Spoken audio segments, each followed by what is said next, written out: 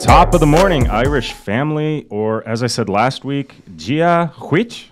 I still don't know if I'm saying that correctly, but we're going to keep going with it. Today's episode, I am sitting down, not with a lifer, not yet, but a decader is the word I'm using. Getting close, yeah. Getting close. A man who's been here over 10 years, about 11 years exactly, Latin teacher, head cross-country, head coach for the girls' cross-country team, and most recently a new title, educational technology coach.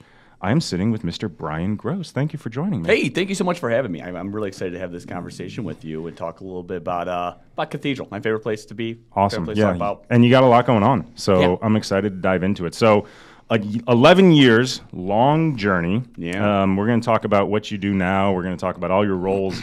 But if you could give us and the listeners just a quick brief look back at your 11 years. What did you do year one? What did you do year 5? Because this is my second year, and you've already had a couple title switches. Yeah. So what did year 1 look like all the way to now? Yeah, it's crazy. I mean, so, I always kind of go back and I talk to the students about this, especially when I talk to students who are kind of kicking around the idea of maybe going into education. I didn't know I wanted to be a teacher until about year 3 of teaching. That's when I got a good idea that I liked it.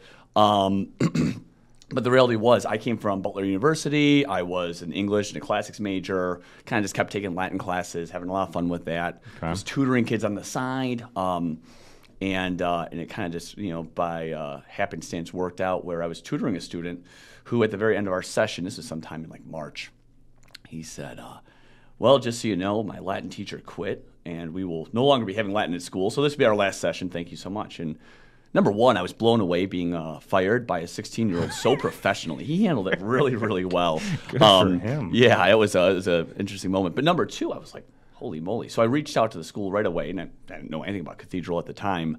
And I said, hey, I heard that you may have lost a Latin teacher. I'm very interested. I am more competent than a sub you'll put in there. Right. That's all I got for you. I've never taught before. It was TA at Butler, but that's about it. That's the extent of my experience. And they had a plan put together for the rest of the year, but they said, give us the application, we'll talk to you this summer, and we'll kind of go from there. In that year in between, before I got an education, I was a contractor, a landlord, kind of doing a lot of just this and that to get by. Yeah. But always kind of just tried to stay around, the tutoring area, stay around education and all that. So then when I started, would have been 2013. Okay. I started in this role. I started right away in the interviewing process. I learned more about what that job was going to look like. And specifically, it was working within the language support program. The majority of the classes I taught, and then the majority of the classes I teach today are for students in the language support program for Latin. The idea is that for a lot of these kids, they may have not had a good history with foreign language, and actually it's kind of typical at the middle school level. If you have a student who's diagnosed dyslexic, they might be exempted out of world language. They might say, hey, you got enough going on right now. We're going to use your Spanish time to be an extra resource. So they might not have had a really positive relationship with that previously. Okay. And we went in a very different direction with that. And the language support program, again, around for 47 years now, for a long time has had that attitude of saying, like, no, don't tell them they can't do that. Let's just teach it the way that they can learn it, right? So, my predecessor in the role who had started this, who realized that the students needed that extra support and needed, world language that was actually building for where they're going. She was just taking night classes, right? She was learning Latin on the fly. And okay. We all know sometimes right. You just need to be one lesson ahead of the kids. Absolutely. Right? That's day by day. And nobody needs to know. Nobody needs to. They have no idea. They look at you. They're like, that person's an adult. As long as you're confident, right? Exactly right. So, a little bit. That was my kind of coming into it, right? I came in 13 and it's a phrase that we kick around a little bit more often now, but Rick Strife always says, the more you can do, the longer you can stay. So immediately I was looking for where there's a need to fill, and I realized that not many people like to carry the 5-gallon water jugs from Kelly Hall to Loretto. And I said, I'm going to do that. Because, and it sounds silly, but when you're 23 years old with no marketable skills, you're like, if they have to lay someone off, my brother always said, if you're the guy who brings in the donuts, it's just going to give them a pause of like, that guy brings in donuts. Never mind. We'll keep him, get rid of Larry. So you just find a couple things, start helping with SAT, proctoring, all those type of things. And I mean, I can't tell you, and I talk to, I hate being an old timer now, but I talk to young teachers who come here and I just say, hey, just dive in. I was going to say, I hope they're listening. Hope they're taking notes. There's no, I can't imagine a better place when you're like, you're not exactly sure what you want to do with your role in education. Just dive in, start volunteering, walk around, ask someone, hey, what's the project you're working on? Can I help out a little bit? Can I show up to this event, right? And you're going to start, the need is great, right? There's always going to be that need for one more body. And there was a couple of near misses there. I mean, at first, they looked at me and they said, you are a tall, slender man. You probably can coach volleyball.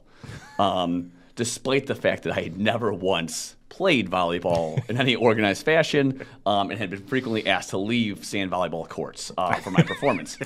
But you try that stuff out. And you go out there and then eventually you say, hey, this isn't right, but let me try this. Let me try this, right? So, in my first 5 years, I was working in the language support program, teaching Latin. I started coaching cross country, I have to say second, third year. And then, around that time was when Marsha Reynolds, who had been the director of the language support program for years and years, she was starting to kind of look at that kind of next step and retiring and giving it up. And I think it was between 14 and 17, I went back and got a master's at night at Butler University in education. I always made the joke to my students, I never went to teacher school. So now I'm like, okay, now I'm going to teacher school. I'm going to learn what I'm supposed to be doing this whole time. And it lined up pretty close with what we were doing. But I went back for ed for a master's of effective teaching leadership. And it's kind of this a little bit of a hybrid program, and I don't even know if Butler's still doing that program, but the idea was not that very quick, get the teacher who's high-flying out of the classroom and into administration, but get the teacher who's excited about this, more in the classroom and more involved with the research in the area, more involved with their students, more involved with the administration to kind of just be a liaison, right? That's the whole idea because, I mean, one of the dirty secrets in education is that within 5 years, 50% of people leave the profession forever, right? And there's like, hey, however that first 5 years go, that's going to determine, okay, am I sticking around or, unfortunately, if I'm really competent, am I just jumping into administration and now I don't have that one-on-one relationship with the kids? Or, what's that going to look like here on out, right?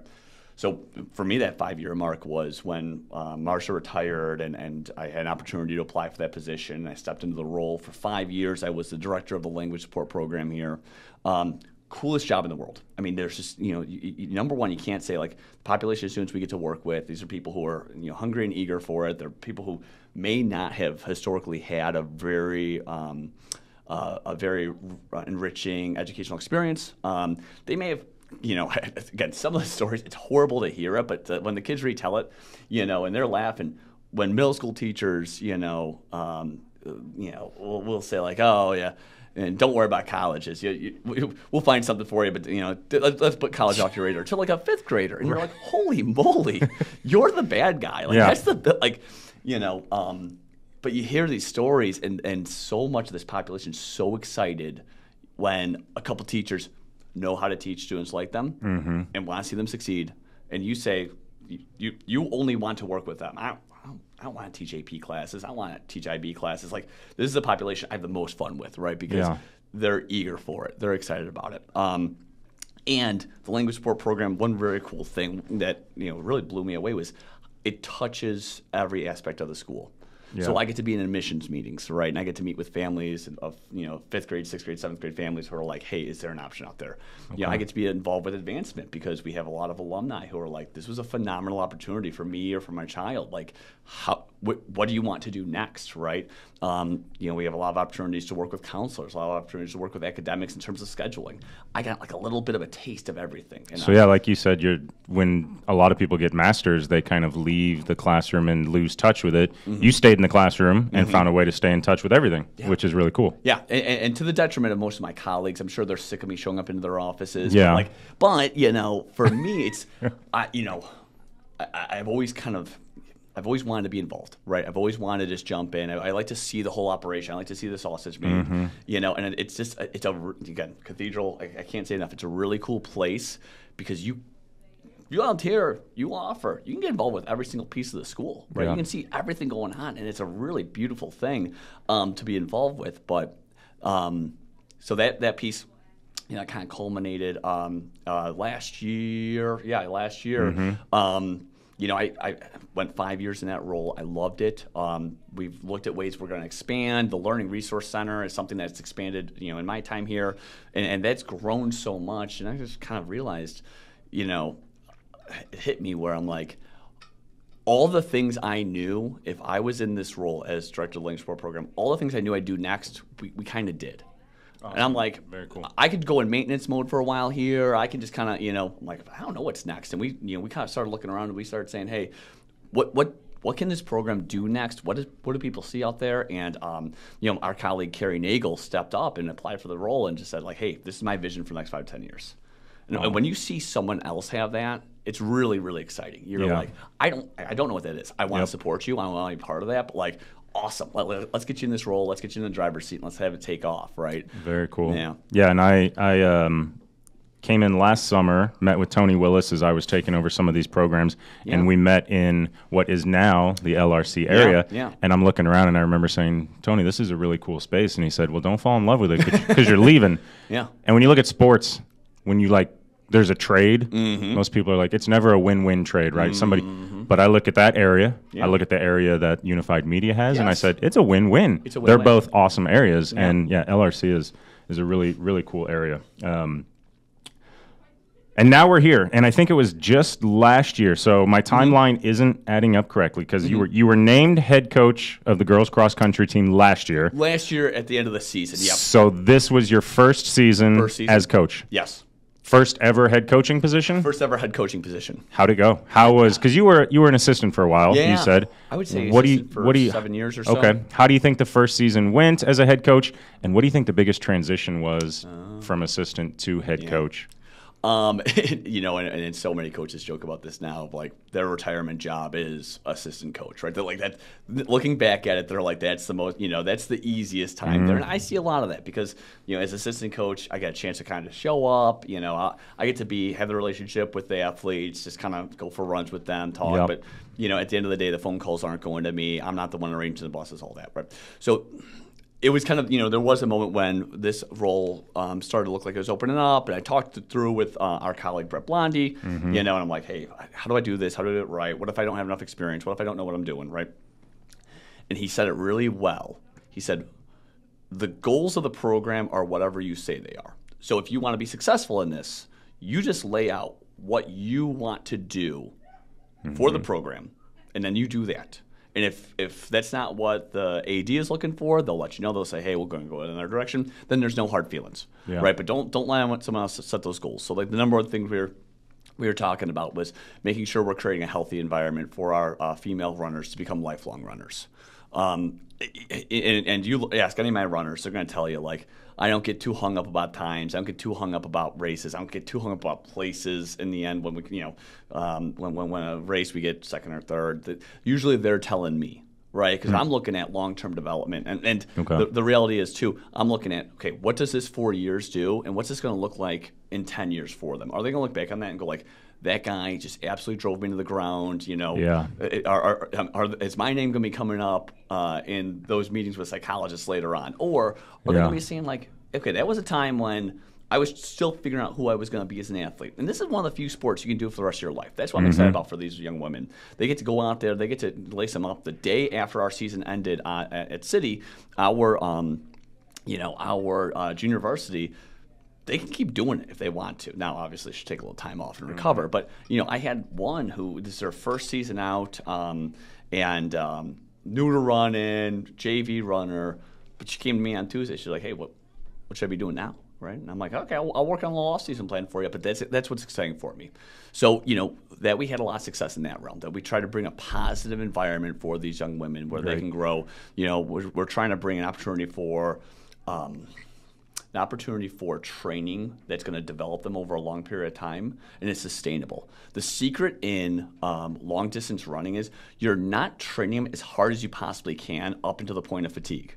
Okay. You're kind of, most times you're trying to train them as much as you have to get the physiological benefit and no more. Because the more you go over that, the closer you are to causing some sort of long-term injury, right? Yeah. Ours is a sport where you don't have, very rarely do you have just a snap. We did actually have one like that at the start of the season for one of our JV runners. It's heartbreaking, but very rarely is it like out of nowhere they turn, they twist their knee. Right. Mostly it's something's a little tender, and then it gets tight, and then it turns into an injury. You have a long lead time for these injuries, and they generally happen in the same parts of the body because our sport goes in one direction. Right.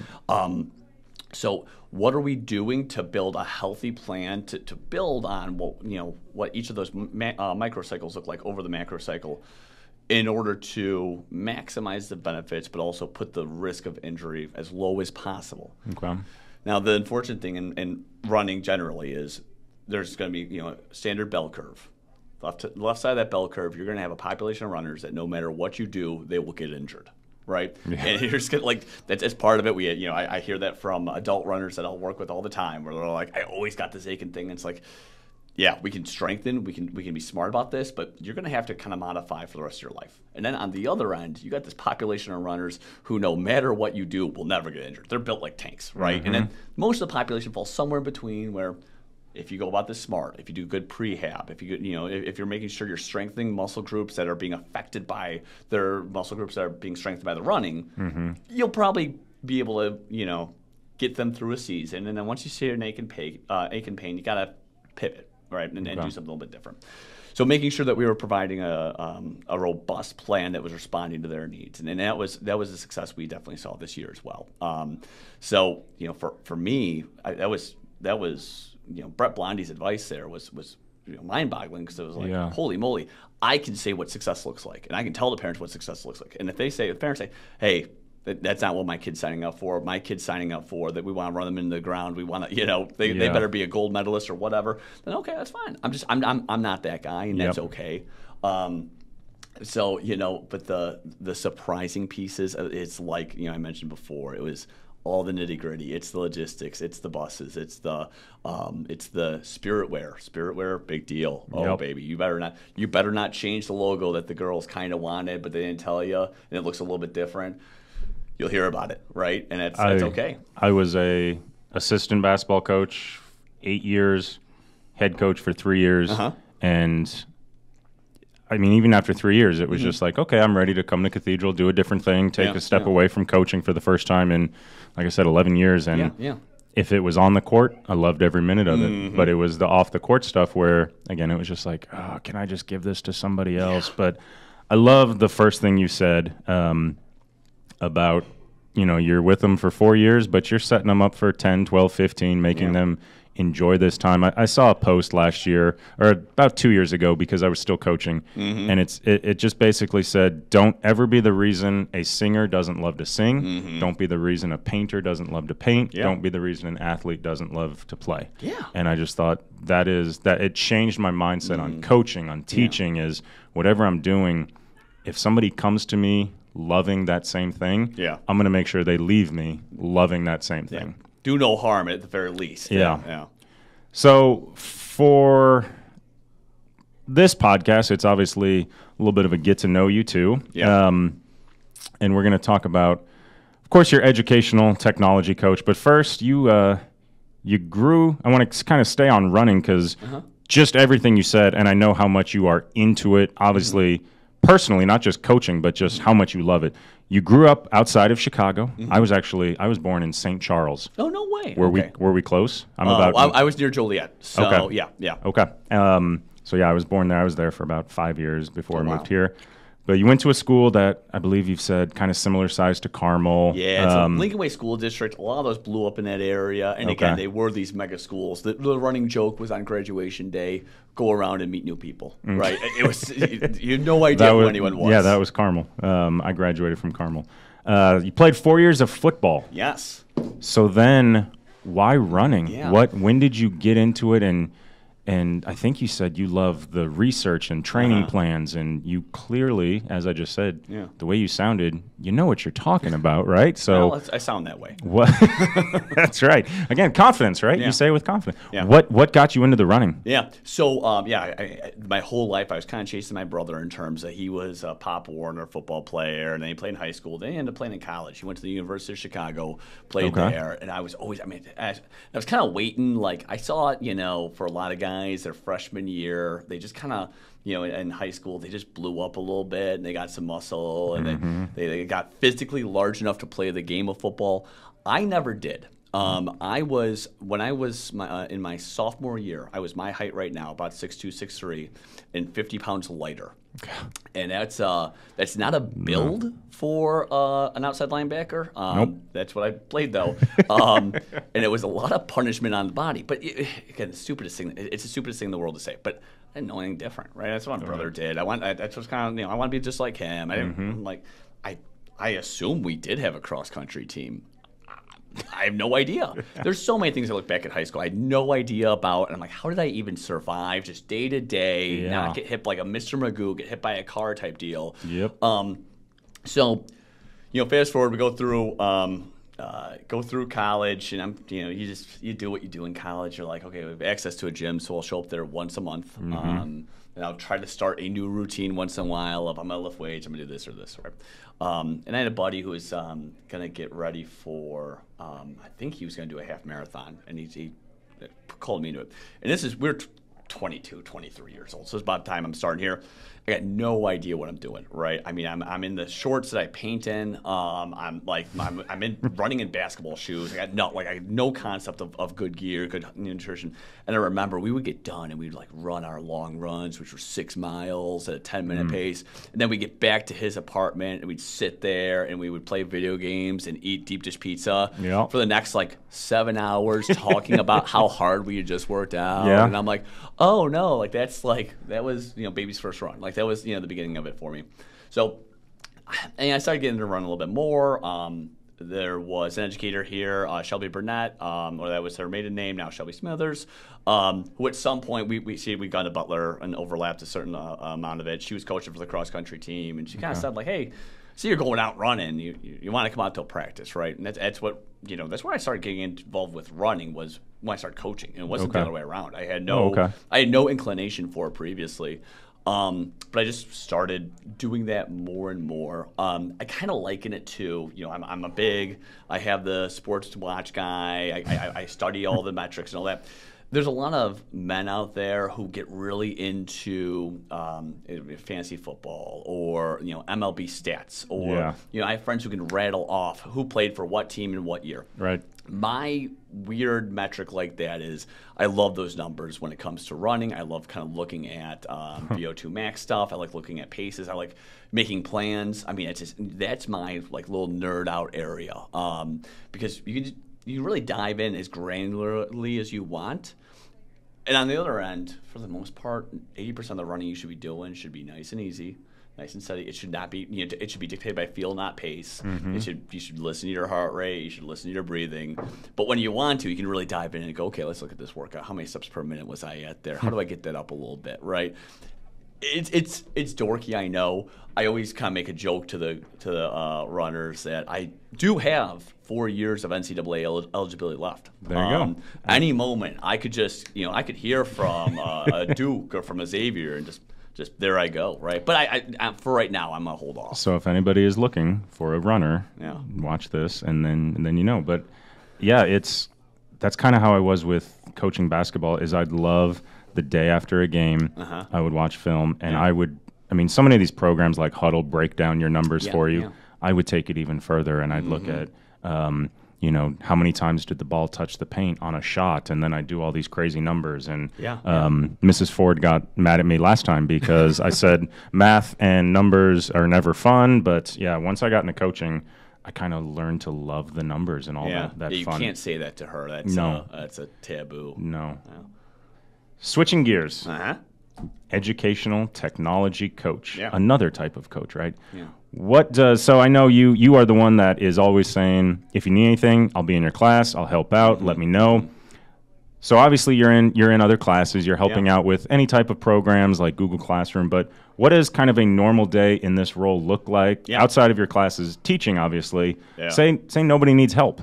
Say you're just sitting with your computer. What are you doing? Are you researching all the new apps? I'll let you explain. What do you do? Ask John O'Hara. The answer is nothing. Okay, that makes sense. That's a misnomer right there. So, and this is kind of a tough thing because this is a very different role than we're used to in education, right? That it's pretty darn easy when they say, "Here's your 5 classes, get ready for them," and when you're on, you're on, and when you're off, you're off. Right. Use that time appropriately to help prepare for your students, but whatever that's going to look like, you take care of your business. In this role now, I teach 3 classes. One of those is a co-taught Latin 4 with Lainey Adams, which is just, I can't tell you what a joy that is to be able to kind of work with a colleague, spend some time, really kind of master that craft together. We've always done that piece where when John Strife started, we taught the Latin 4 class together too, where it was, hey, they terminate here, so let's work together and then work backwards, right? Kind of a cool way to approach it and look at it. But for those other classes in the day, I'm getting used to this kind of model of it's almost like that dumb metaphor of the rocks and the little pebbles and the sand that fill up the mason jar. How do you fill your time, right? And so the day-to-day kind of is that responding to the needs and also having a little bit of a tab on some people that maybe they don't know that they don't know, right? You're kind of on the lookout, and you pop by. People will see me out in the hallways a lot, and I'll be popping in the classroom just saying, "Hey, how's it going?" All that, because I'm waiting for that person to go, "Oh, actually, I'm glad you're here." I'm swooping by, kind of on purpose, and But the other piece of it is looking at long-term, projects that we're working on for the school. Like I said before, I mean, the most fun I have is when I get to be involved with the educators here. I get to be involved with the administration, finding ways to do what we do here more efficiently. And that's a huge joy for me, especially on the administrative side, that, my goal when I was applying for this job, I said, I can guarantee you I'll make your job 1% more efficient. Now, 1% is not a lot, right? But it is, if you're looking at a 40-hour week, it's a half hour. Right. I'm like, I can give you a half hour back. I can find a way to make a robot do something that you had to do manually. We all know that moment that you got a spreadsheet and you're doing something with it, and you know in your head that there's a more efficient manner. But you just look at your watch, you go, I have a half an hour. I will burn 3 hours trying to figure out that more efficient method. I'm just going to hammer it out. I call it just hamburger it. I'm just going to, whatever the dumb method is. And I try to get involved with some of the bigger processes here like that. So part of it's doing research into other technology we use here, like school admin. We use to kind of, when families apply, how can we more efficiently bring the data that's being given to school admin and put it into PowerSchool? Yeah. Because right now, if there's a lag for about 300 kids that we're pulling stuff over for. That adds a lot of time, right? Yeah. How can we use PowerSchool more efficiently? PowerSchool, if you get behind the actual website, it's just data. It's reams and reams of this incredible amount of data. And I think about, this is such a dumb example, but I think about every time a coach has to go to their students and say, what size shirt are you? And we have that information, pretty much about 3 or 4 times over as far as I've seen, right? The moment you think of that, I could pull that for you in a very simple report, but most people don't know that that's there, right? So how can we use what we have already more efficiently? We don't need to add on. We don't need to be buying more things. And when I get a chance to go in the classroom, I tell people, I'm going to help you find a solution. And the solution might be a piece of technology that costs about $350. We have bought a couple of those, got to put them in classrooms. That's a lot of fun. The other solution might be free, and it might be a behavioral redirect for a student, or it might be just a different way to approach the class. And whatever that is, I'm going to find the best, most effective way for that, whether or not that's the actual technology piece. Yeah. Well, it's funny because you were just with me yesterday with Power School, and like you'd said, you probably saved me a half hour of time. Yeah. It was, I put the wrong amount of points or I changed it, and I would have spent 3 hours looking. Poking I around. was very close to, I'm just going to delete all the assignments, write down all the scores, re-put them in, Yeah. and then see if that actually works. Yeah. And I thought, no, I'm emailing Brian Gross. And There we go. efficient, you saved my time. That's what I'm here for. And the piece of it, too, is there still is this certain level of fear around technology. I would say our more veteran teachers, they grew up in a time period where if you do something wrong to the computer, that's forever. You have just destroyed this file. You have just you emptied out the database, whatever it was, right? There's no Control Z. There's no Control Z. Now, pretty much the worst thing you can do is a reply all that meant to be just a single reply, Yes. and that's that's a pretty bad black mark on your record as is. I keep a tally of people who've given reply alls inadvertently, but the reality is a lot of educators need permission when it comes to, diving to Power School, diving to Google, like, hey, can I try this? Will this work? And the answer is like, I don't know, but I can tell you, you can't break it. I can show you how to get it back if you mess something up. We can take that, we can take it to the next level. And if it blows up in your face, that's fine. We still have all the pieces we need to kind of put it back together. So that's that kind of other piece there too, is just like, trying to look at long-term trends and look at some of the pieces of technology that are out there. They're going to save educators even more time. We're doing those communities of practice, those COPs, and mine is artificial intelligence in the classroom. Which was my next question. Yeah. Because for anybody listening, Dr. Bridges, President Dr. Bridges, has said it a few times. He even said it the other night at Evening of Excellence that because you'd mentioned, veteran teachers, fear of technology. I think AI was a big fear and could still be. And we're going to be a school that embraces AI. So for me, and I'm pretty in tune with technology, but even for me, AI to me is, okay, there's ChatGPT, which can do a lot of stuff. I don't want to say everything, but can do a lot of stuff.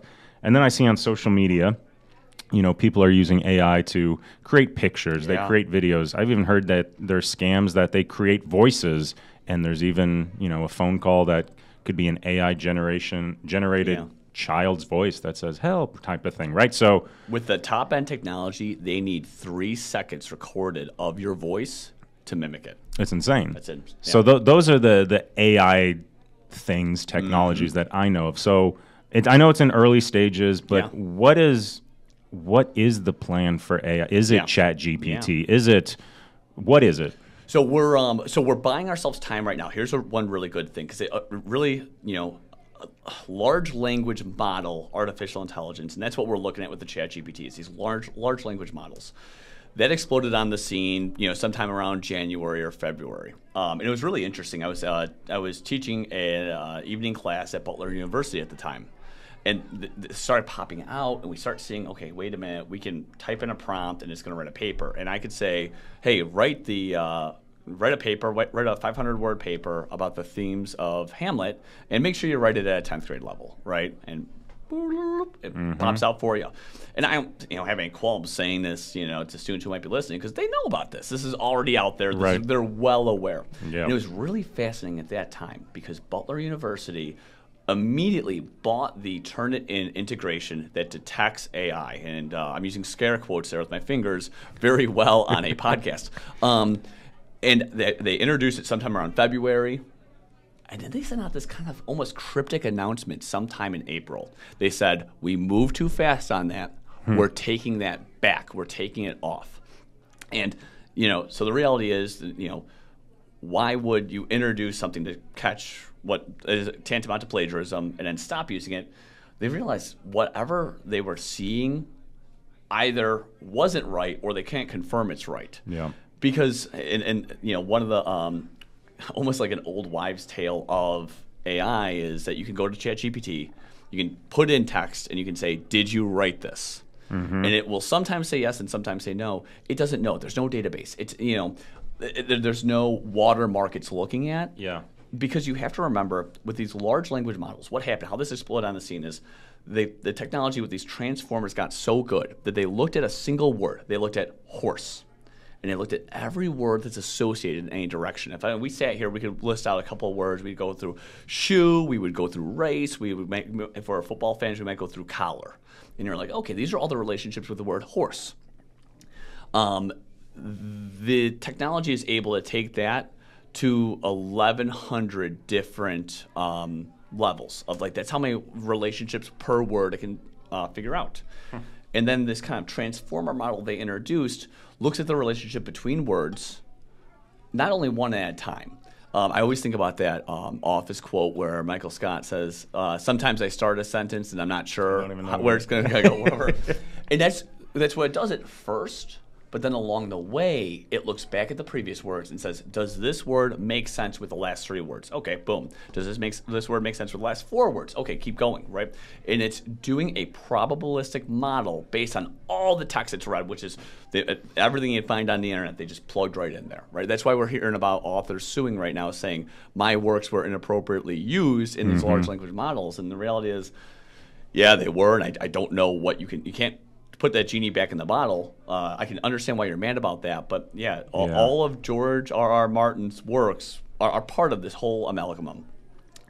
When it does that, the thing people have to understand with what large language models are doing is it's picking out the next most likely word, not the next most true word. Okay. So if it's going through reams and reams of data and it's pulling information, we call these hallucinations when it just makes something up, but it has no sense whatsoever. It has no sense whatsoever. We should leave it at that. But it has no sense whatsoever that what it just said wasn't true. And it has no sense that sometimes what it says is true. There's no logic there. All it is what's the next most likely word to come up on the page. So you will see this sometimes when you produce stuff with a ChatGPT where you're like, this whole sentence doesn't make a ton of sense, and it doesn't matter. Well, Liam Eifert graduated last year. He wrote an article on it, and toward the end of the article, he put basically a paragraph that was written by AI, and I had so many students come up to me and say, I didn't understand the end of it, and it just didn't make sense. It didn't sound like Liam. And then he kind of put, the bold print at the bottom of a commercial or something. Yeah. If you didn't understand that part, that was written by AI. Yeah. And so many people missed that last sentence. So they were so confused on Liam is writing, and then all of a sudden it's like he took a turn for who knows what, but it didn't sound right. Didn't he end up at University of Chicago? He did. Yeah, at that point they would have rescinded. If they had read that, they're like, oof, this ain't Yeah, he's doing all right. Egghead material. No, so the kind of the fascinating piece of this though is trying to demystify what is actually happening there, right? Make sure our educators know that, and make sure our students know that. But the other piece is it's very good for mealy-mouthed sentences that don't say anything, right? It fits right in with kind of our culture of like corporate announcements of, we're launching this new product and we couldn't be more excited. And it can ream that out, right? With emails. Emails, a lot of students won't realize that like emails have very subtle formalities to them that we don't pay attention to until they're violated. I email with someone on occasion who will make the title of their email "Good morning" and then follow up with it, and that's an odd thing. We don't do that in email. You don't think about that, but there's a lot of rules when it comes to emails that we adhere to. We usually address the individual. Right. We'll have some, non-aggressive first line of like, I hope this email finds you well. Of course. I'm going to list a couple things. I might even use a phrase if I'm responding to something I think you should have read earlier. I'll say, hey, per my last email. That's a code for learn how to read. But we plug these things in. For email, that it's this shibboleth of like this encoded corporate language that we use in there. This is a perfect tool. And the other piece of it is it's a perfect tool. A lot of people will say like, well, the robots can do a lot of things, but they can never replace our humanity.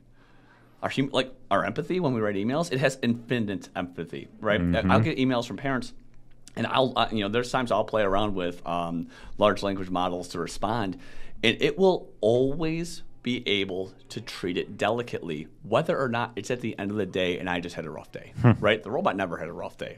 So that idea that, there's something unique about our humanity and our writing, well, maybe you make sure you know how to express that. And that's the number one thing. I talked to so many Butler University students who were starting to play around with this when I was a little bit ahead of it, but not by much. And I talked to these students and they were like, yeah, this whole robot here, it can write my paper for me. And I'm like, yeah, then what do we need you for? Yeah. Like, you're like the barista who's like, this whole Keurig thing makes my job so easy. And I'm like, I would save your next paycheck because you might be running out of a job here. So if those processes can be automated, then okay, you better find something about yourself that you can do that can't be automated. Otherwise, it's going to be a kind of a rough road to hoe. It's exciting. Even, you're in it constantly, but even, for me to be off to the side and hear about these things, it's nerve-wracking, but it's exciting to see where we go, where we end up. I don't think "end up" is the right word because it's constantly changing. We bought ourselves a little bit of time here because back, this all exploded on the scene back in January, February. And then we hit a moment where most of these companies said to themselves, wait a minute, how do we make money on this again? So a lot of the higher end LLMs are behind paywalls now, right? Or their subscription models. The major exceptions there being ChatGPT, but they're only offering their 3.5 version. Their 4 version is their premium, right? Okay. And again, how do you monetize anything? Like, the only solution we've come up with is either put in advertisements or, for the price of 2 coffees, you can have, and it's like $9.99 a month. So at least there's a certain level of access that's being paywalled right now. But again, we are still playing with it. We are still learning. I can happily report that there is intensive research going on right now in our social studies wing where those educators are diving into exactly what Midjourney or Bing can create. When you type in ridiculous and funny concepts for pictures, and then, what comes out, right? And they, I think they're putting together a little bit of an art display or gallery that they'll show off with their research findings later on. That's too awesome. Well, Mr. Gross, you've been here 11 years, and we're told weekly by somebody down in Kelly Hall that we're all a part of the admissions team, right? Yeah. So you've said already a few times the amazing things going on here. You love it here. So if you had, I'm giving you 30 seconds. Yeah. If any chance a prospective family just so happens to stumble across this, 30 seconds, why should they send a son or a daughter to Cathedral? I've always said that Cathedral is like the prototypical all-American high school where your kid can be on the football team and sing the national anthem and go out to the band at halftime. Because I've seen that literally happen. Yeah. Sure, Jonathan graduated like 2 years ago. Like, I saw that happen. We have a little bit of everything for everyone, and we have phenomenal activities they can be involved with.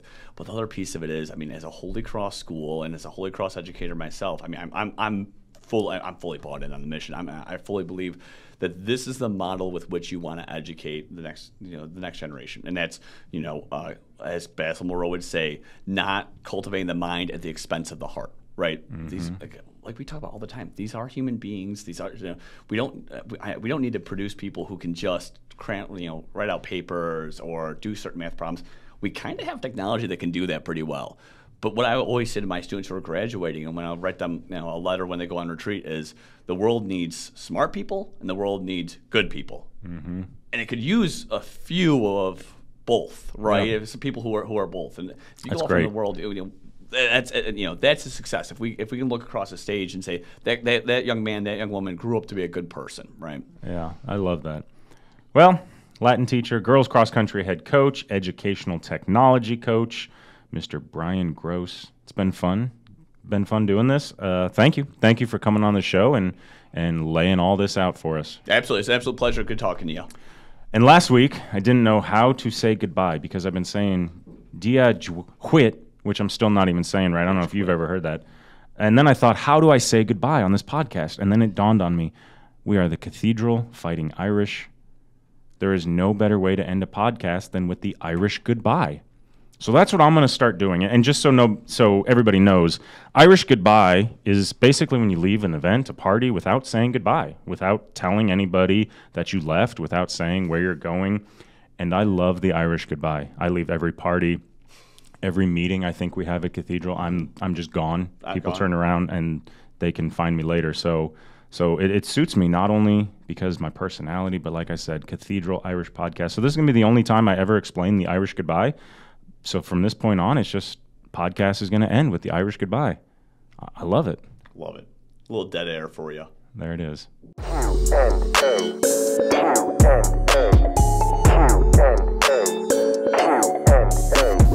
Irish Connection Q&A. A different guest, different story every day. Coming at you from the unified media, adding stories to the encyclopedia. Have you ever done anything incredible? Got a recipe that's delicious and edible? Want to talk about diversity and unity? Come and tell it to the Cathedral community. Train all year for a 5K race? Show a horse and take first place? Q and a coach, Q and a teacher, Q and a priest or a sister or a preacher. Students and teachers, but there's so much more to that. We got musicians, robotics, a quarterback. Did you teach someone? Did you learn a lesson? Senior, junior, sophomore, freshman.